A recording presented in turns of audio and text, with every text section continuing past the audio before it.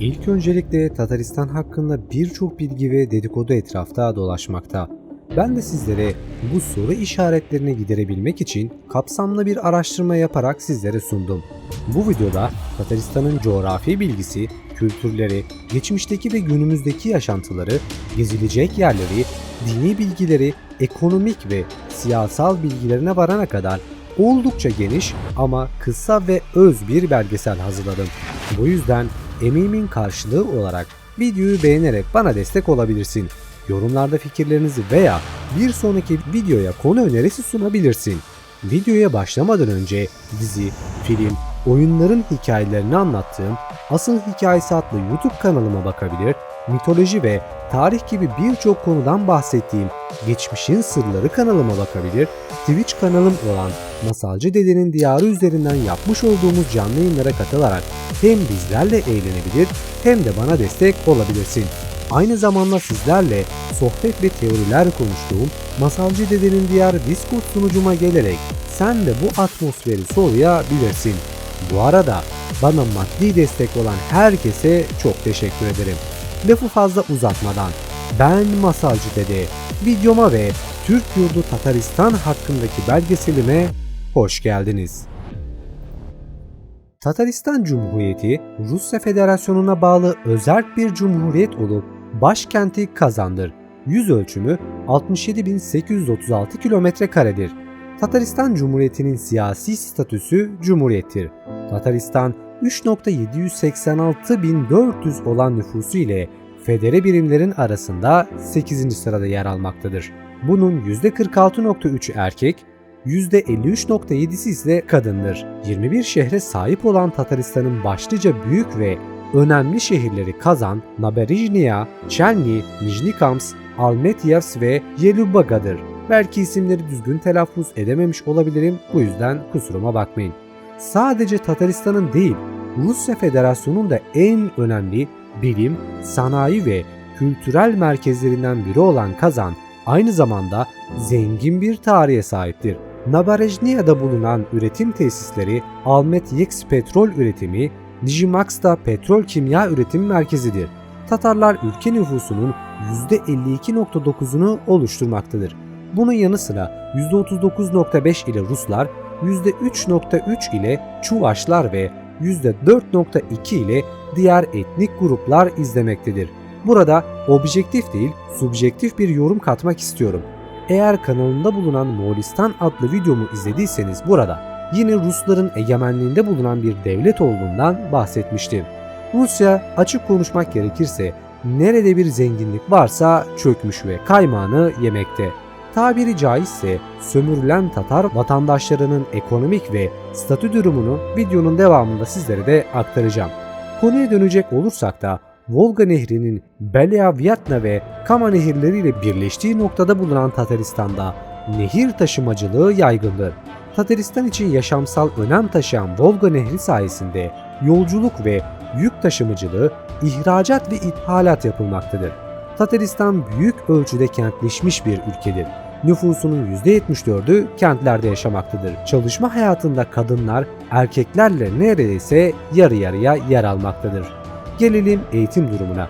6 Nisan 1992 tarihinde kabul edilen Tataristan Anayasası'na göre Tataristan Cumhuriyeti'nin resmi dili Rusça ve Tatarcadır. Tataristan Cumhuriyeti'nin 1990 yılında Kiril alfabesinden Latin alfabesine geçişini Rusya Federasyonu tanımamıştır. Bu nedenle de günümüzde Kiril alfabesi kullanılmaktadır.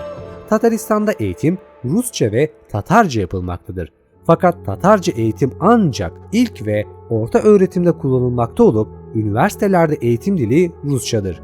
Ülke genelinde neredeyse okuma yazma bilmeyen kalmamıştır. Çünkü ülkenin nüfusu oldukça az olduğu gibi kentsel yaşam bu ivmeye hız katmıştır. Tatarlar ana dillerine büyük önem vermektedir. Öyle ki her yıl 26 Nisan günü ana dil bayramı olarak kutlanmaktadır. Bu tarihin seçilmiş olması tesadüf değildir tabii ki de.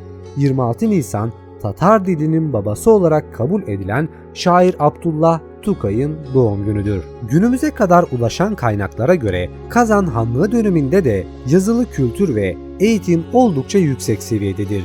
Gemirzah Devletsin, Kazan Hanlığı halkının kültürü ve eğitimli olduğunu yabancılarda da vurgulamıştır. Avustralyalı diplomat Sigismund Harbestian seyahatnamesinde şunları yazmaktadır. Kazan Tatarları çok akıllı ve çok okumuş halktır. Onlar buğday yetiştiriyor, sağlam evlerde oturuyor, ticaret yapıyorlar demektedir. Davlet Şin eserinde Kazan Hanlığı döneminde din adamlarının da eğitime katkıda bulunduğunu belirtmiştir. Bu sayede okur yazarların yanı sıra şairler, vergi memurları, ilahiyatçılar, bilim adamları yetiştirilmiştir. Hanlık döneminde okumuş insanların başta Arapça ve Farsça olmak üzere birçok dil bildikleri belirtilmiştir. Eserde Tatarların tercümana ihtiyacı yok şeklinde meşhur tabirinde de muhtemelen daha o zamanlardan kalma olduğu ifade edilmektedir. Ancak yine de bu durumun genel kapsamı göz önüne alındığında Rusçanın Tatarcanın önünde olduğunu bizlere göstermektedir. Peki bu halkın kültürel ve dini yaşamı nasıl? Tataristan'da farklı kültürler ve geleneklerden insanlar bir arada ve uyum içinde yaşamaktadır. Bölgenin kültürel ve tarihsel değerlerinin orijinalliği en az 3 farklı kültürün yani Tatar, Slav ve Ugor etkileşiminden kaynaklanır. Tataristan Cumhuriyeti Milli Marşı'nın sözlerinde yazan Ramazan Baytimerov da farklı kültürlerden oluşan fakat uyum içinde yaşayan tek millet vurgusunu yapmıştır. Tataristan layık bir devlettir. Bu cumhuriyetin geleneksel dinleri Müslümanlık ve Hristiyan Ortodoksluğudur. Tatarlar ve Başkurtlar ülkenin nüfusunun neredeyse yarısını Müslüman olarak oluşturmaktadır. Diğer etnik gruplar Ruslar, Çuvaşlar ve Mordovlar ve benzeri ırklar Hristiyanlık ve Musevidir. İki yaygın dinin gereklilikleri arasında dengeyi sürdürmek ve bütün dinlerin kanunda eşit olmasını sağlamak için Cumhuriyet'in inanca saygı prensibinin temelini oluşturmuşlardır. Doğu ile Batı medeniyetlerinin kesiştiği noktada bulunan Tataristan, Rusya'nın Avrupa ile Asya'daki topraklarını birleştiren bir köprü görevi görür. Tataristan, Avrupa ve Asya kıtalarının yanı sıra İslam ve Hristiyan inançlarını da birleştiren yarı Türk, yarı Slav kültürlü bir cumhuriyettir. Tataristan halkını genel itibariyle birbirinden ayrı düşünmemek gerekir. Gerek yapılan karma evlilikler, gerekse kültürel asimilasyon sebebiyle halkın bir bütünleşme içinde olduğu söylenebilir. Yine Rusların bu asimilasyonu neticesinde Tatarların kültürü iyice karman bir hal alıp halkın genetik koduna karışmıştır. Buna kışın bitişi ve ilkbaharın gelişinin büyük bir coşkuyla kutlandığı Maslenista bayramı buna güzel bir örnektir. Rusların Hristiyanlık öncesi döneminden bu yana kutladığı bu bayramda kışı uğurlama etkinlikleri yapılmaktadır. Bir hafta süren çeşitli kutlamalar, eğlenceler yapılır. Rus Ortodoks Kilisesi'nin takvimine göre her yıl büyük oruca bir hafta kala Maslenista bayramı kutlanmaya başlanır. Baharın ilk ayı olan Mart ayı başında olmak üzere bayramın tarihi de büyük oruca göre değişiklik gösterebilmektedir. Bütün bir kış boyunca güneşe duyulan özlem nedeniyle Rusların bilini adı verdikleri ve şekli güneşe benzetilen bir krepleri yapılarak bunlar dağıtılır. Bayram boyunca yağlı, sütlü, etli ve bol kalorili besinler tüketilmektedir. Eskiden gelen bir adet gereği tüm kötülükleri sembolize eden korkuluklar yakılır. Yakılan korkulukların külleri gelecek yıl daha fazla verim almak umuduyla tarlalara serpilir. Tatarlar da bu kışı uğurlama şenliğini benimsemiştir ve her yıl kutlamaktadır. Tatarlar neredeyse bir insanda bulunması gereken bütün iyi değerleri taşımaktadır. Konukseverler, çalışkan, onurlu, cana yakın, güvenilir, dürüst, sıcakkanlı ve güler yüzlü insanlardır. Büyüklerine karşı saygılıdırlar. Tatarlar özel günlere, bayramlara, törenlere oldukça önem verirler. Örf, adet ve geleneklerine bağlıdırlar. Doğum, ölüm, düğün gibi önemli günlerde aileler, akrabalar ile bir araya gelir. Özellikle doğum ve düğün gibi özel günlerde farklı kutlamalar yapılır. O güne özel yemekler yapılır. Tatar mutfağı oldukça zengindir. Bizlerde olduğu gibi ağırlık hamur işi ve et yemekleridir. Tatar sofraları mantıdan böreğe, yemekten sonra ikram edilen çaya kadar Türk adetleriyle benzerlik gösterir. Tamada yani sofradaki en yaşlı kişi bir açılış konuşması yapmadan yemeğe geçilmez. Kıyma ile yapılan fırından çıkınca sıcak olarak ve yanında yoğurtla ikram edilen beliş böreği, karnıyarık börek de denilen çimeş beleşe, özel bir sosla ikram edilen peremeç, 3 köşeli içinde et ve patates bulunan 3 poçmak, gübediye ve kıstıbay gibi yemekleri bilinen en ünlü yemeklerdendir. Yemeğin üstüne mutlaka içilen çayın yanında ikram edilen çekçek tatlısı da oldukça beğenilmektedir. Ayrıca çay saatlerinde çayın yanında mutlaka çeşitli reçeller, ballar, kuru yemişler, çikolatalar ve undan yapılmış tatlılar ikram edilmesi adettendir. Karasal iklimin hakim olduğu Tataristan'da kışlar uzun ve sert, yazlar ise sıcak geçer.